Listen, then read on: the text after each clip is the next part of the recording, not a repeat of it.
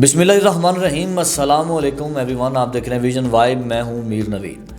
आज की ख़बरें जी बड़ी मज़ेदार होने वाली हैं। आज लतीफ़ खोसा साहब के हवाले से एक बड़ी मज़ेदार ख़बर है कि उनसे जो रिपोर्टर ने सवाल किया है, फिर खोसा साहब ने आगे से क्या जवाब दिया है। और इमरान खान इस वक्त एक हम जिन्स परस्त के ऊपर निगाहें डाले बैठे हुए हैं और पूरी PTI एक गे के ऊपर उम्मीदें लगा के बैठ गई कि ये गे जो है इमरान खान को आज़ाद करवा लेगा। वो गे कौन है और कौन सी उम्मीदें हैं, उसकी बात करेंगे।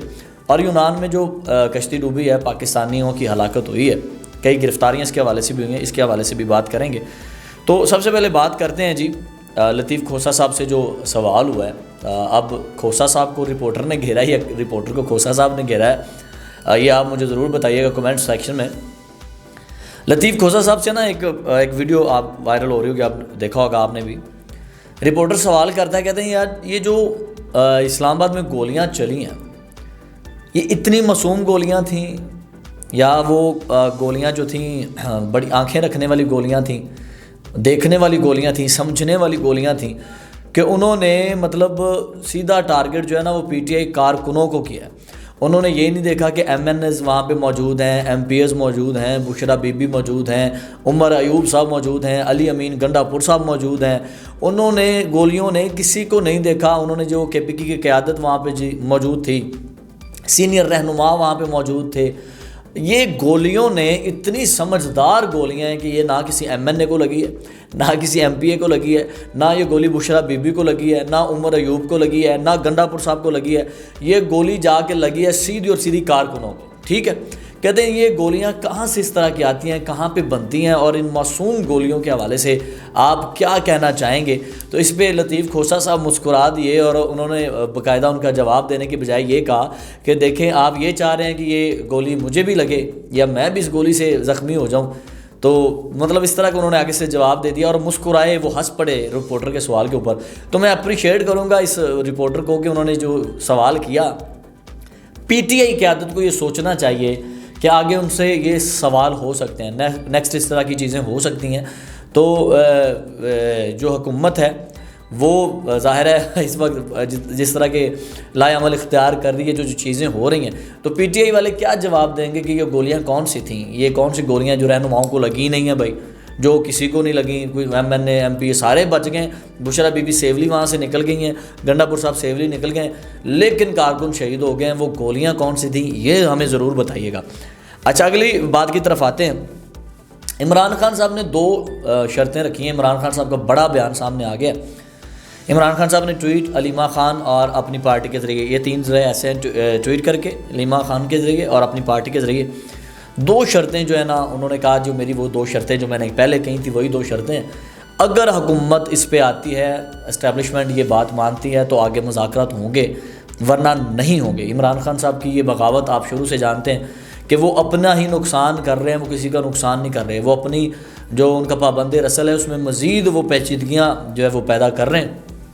पहली शर्त उन्होंने ये की, जुडिशल कमीशन जो बनाए 3 सीनियर सुप्रीम कोर्ट के जजेस के ऊपर। और दूसरा उन्होंने एक शर्त रखी, उन्होंने कहा जी ये जो 9 मई और 26 नवंबर के हवाले से कमीशन बन गई, एक तो ये, और दूसरा ये कि जो बेगुनाह कैदी हैं आपका 9 मई के हवाले से और 26 के हवाले से, इनको जो है रिहा किया जाए।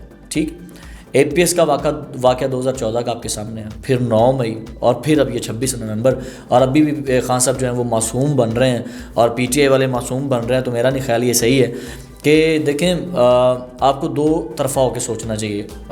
बाय गॉड मैं एक खुला तज्ज़िया कर रहा हूँ, मैं किसी पार्टी के हक़ में नहीं बोल रहा, मैं बात वो कर रहा हूँ जो है। अगर खान साहब अपनी ही शर्तों पे आएंगे, अपनी ही बातें लेके आएंगे, मनवाएंगे, तो मेरा नहीं ख्याल कि खान साहब को रिहाई मिल पाएगी। या हुकूमत तो कभी भी नहीं मानेगी उनकी ये 2 शर्तें, क्योंकि अगर वो रिहाई की तरफ आते हैं तो सबसे बड़े बेगुनाह तो खान साहब खुद को कहेंगे जी बेगुनाह कैदियों को रिहा करो, उसमें सबसे पहले खान साहब खुद ही हैं। और खान साहब रिहा हो गए तो समझे पूरी PTI रिहा होगी।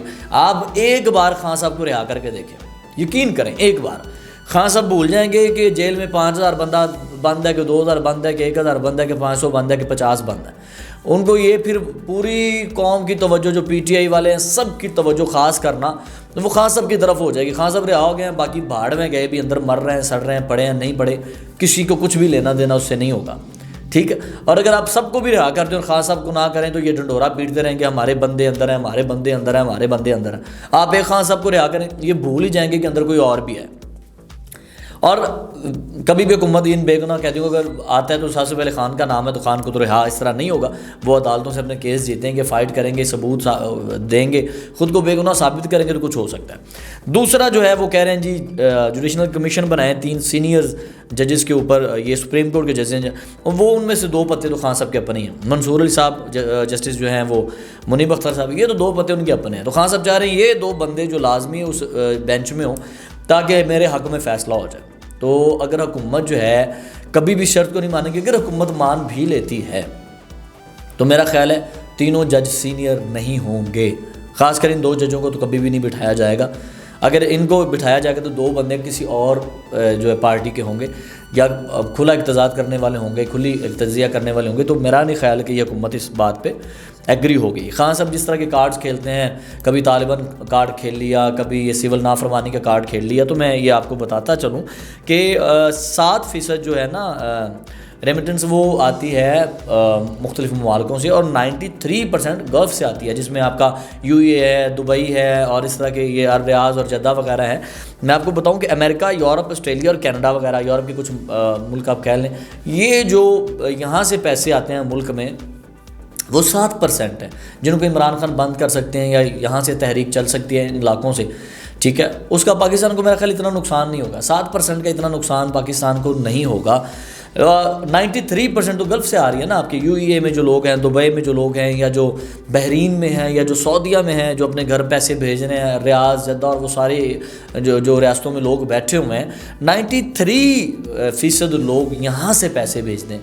तो मेरा नहीं ख्याल कि यहाँ से कोई भी बंदा उठ के सिविल नाफरमानी की तहरीक चलाएगा या खान साहब के साथ खड़ा होने की हामी भरेगा या अपने घर पैसे नहीं भेजेगा।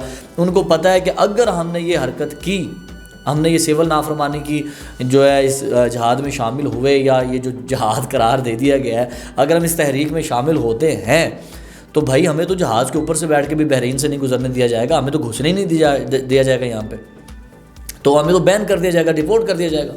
तो वो बेवकूफ़ नहीं है। ठीक है, 93% जो लोग हैं, तो 7% अगर खान साहब ये जो मैंने बताया कनाडा, अमेरिका, ऑस्ट्रेलिया, यहाँ से अगर यूरोप की कुछ ममालिक यहाँ से अगर ये होती भी है तहरीक, तो मेरा ख्याल पाकिस्तान को इतना नुकसान नहीं होना। अच्छा जी, अगली बात करते हैं हम जिन्स परस्त जो है और ये गे जो हैं, रिचर्ड ग्रेनियल, ये जो हैं जो NWA हैं डोनाल्ड ट्रंप की जानब से। और मैं बताऊं कि NWA उस खसूसी और मखसूस सफ़ीर को कहा जाता है जो अमेरिका एक मुंतखब करता है, और वो जो पूरी दुनिया में मुख्तलिफ ममालिक में जाके उनके मसाइल हल करते हैं, उनकी जो क्रिटिकल सिचुएशंस होती हैं उनसे निपटते हैं, जो लोग अमेरिका के साथ कनेक्टेड हैं उन मुल्कों में। ठीक है, अब ये रिचर्ड जो हैं इनको सफ़ीर बना दिया गया क्योंकि ये इमरान खान के हामी हैं। तो अब इस वक्त पूरी PTI ये सोच रही है कि ये इमरान खान को रिहा कर लेंगे। लेकिन यहाँ पे मैं आपको एक चीज़ बता दूं कि डोनाल्ड ट्रंप साहब पहले भी 4 साल हुकूमत कर चुके हैं, और इन्होंने शकील अफरीदी के लिए ना ज़ोर लगा के देख लिया।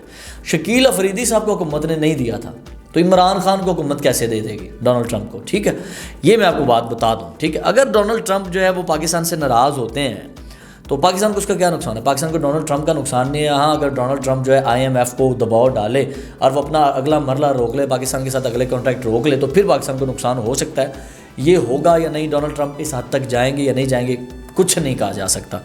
लेकिन ये अगर रिचर्ड ग्रेनियल के हवाले से अगर हम बात करें तो मुख्तलिफ जो नेशनल चैनल्स हैं वो ये बात कर रहे हैं इस वक्त।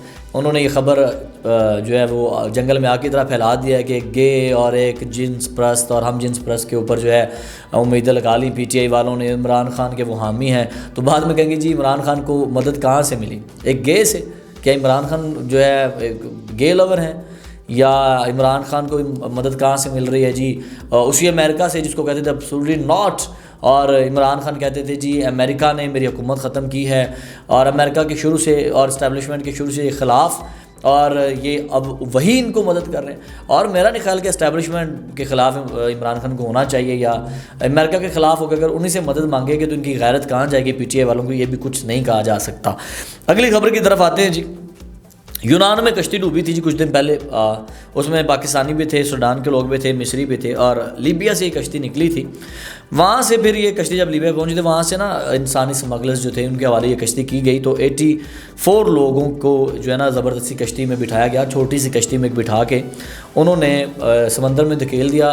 उन्होंने जाना था यूनान, और आगे से एक बड़ा जहाज़ गुजर रहा था, फिर वेव्स हों बड़ी बड़ी और समंदर आपको पता खुश्क हो, तो बड़े मतलब इस तरह के मसाइल हो जाते हैं। वही हुआ, ये कश्ती छोटी थी, लोग ज़्यादा थे, कश्ती डूब गई जिसमें 5 पाकिस्तानी जान से हाथ धो बैठे, 35 लापता हैं, और बाकी जो है उनके हवाले से भी पता नहीं चल रहा कि क्या हुआ है क्या नहीं। और जो बच गए हैं वो अपने अपने बयान दे रहे हैं कि यहाँ पे कभी ना आइएगा। अच्छा, इसके हवाले से मैं बात करूँ तो मेरा ख्याल है हुकूमत को एक ऐसा लाया अमल इख्तियार करना चाहिए कि वो एक ऐसा कमीशन बनाएं, ऐसी कमेटी बनाएं जिस पे वो लोगों को बताएं कि भाई और भी रास्ते हैं यूरोप जाने के, और भी रास्ते हैं बाहर जाने के। आप जो है कुकिंग का कोर्स कर लें, वेटरिंग का कोर्स कर लें, वेल्डिंग सीख लें, कोई आप ट्रेनर बन जाएँ, तो आपके पास जितने पैसे हैं आप उस हिसाब से सीख लें और आप जा सकते हैं अच्छे तरीके से। हुकूमत को चाहिए कि इसके ऊपर एक जो है वो एक कमीशन बिठाए, इसके ऊपर अमल करवाया जाए। जो नए नस्लें हैं, जो नया खून है, जो नौजवान हैं जो बाहर जा रहे हैं, या मुल्की वसाइल को इतना बेहतर कर दें कि लोगों को बाहर जाना ही ना पड़े। अगर जा भी रहे हैं तो उनका एक ऐसा तरीका बना दें कि जिससे ये इस तरह की डंकी लगा के जाना, ये सिस्टम बंद हो, और जो है बूढ़े माँ बाप जो हैं वो जवान बेटों की लाशों के ऊपर बैन ना करें। उम्मीद है आज का शो आपको अच्छा लगा होगा, काफ़ी चीज़ें सीखी होंगी। अपने कमेंट सेक्शन में इजहार करते रहिएगा। और मैं आपको बता दूं अपने इस प्लेटफॉर्म के ज़रिए से कि हम जो भी बात करते हैं हम न्यूट्रल बात करते हैं। हम ना तो पीटीआई के हक़ में हैं, ना हम जो है नून लीग के हक़ में हैं, ना पीपल्स पार्टी के हक़ में हैं, ना एमक्यूएम या किसी और पार्टी के, ना टीएलपी के। हम ना ही इन पार्टियों के हक़ में हैं और ना ही हम इन पार्टियों के ख़िलाफ़ हैं, ठीक है। हम बात करते हैं, हम उसके हक़ में जो मुल्क के लिए अच्छा है, जो मेरे अर्ज़े वतन के लिए अच्छा है, मेरे पाकिस्तान के लिए अच्छा है, उसके लिए हम बात करते हैं। और हम खुला तज्ज़िया देते हैं, हम खुली बात करते हैं। हमने जो है ना किसी अंडर प्रेशर आके हम बात कर रहे होते हैं, और ना हम बहकावे में होते हैं, ठीक है। तो आप जो भी कमेंट्स वगैरह करते हैं ये जहन में रखी किया करें कि एक तज्ज़िया होता है और उस पर ऊपर खुली बात होती है। जो मुल्क के हक़ में बेहतर है, आप भी ज़रूर सोचा करें कि हमारे मुल्क के हक़ में बेहतर क्या है। तो आंखों के ऊपर पट्टी बांध के सफ़र ना करें। विजन वाइब को सब्सक्राइब कर दें, तमाम वीडियोज़ को लाइक शेयर कर दें, बेल आइकन को प्रेस कीजिए। मीर नवीद को इजाज़त दीजिए, अल्लाह ने के बाद।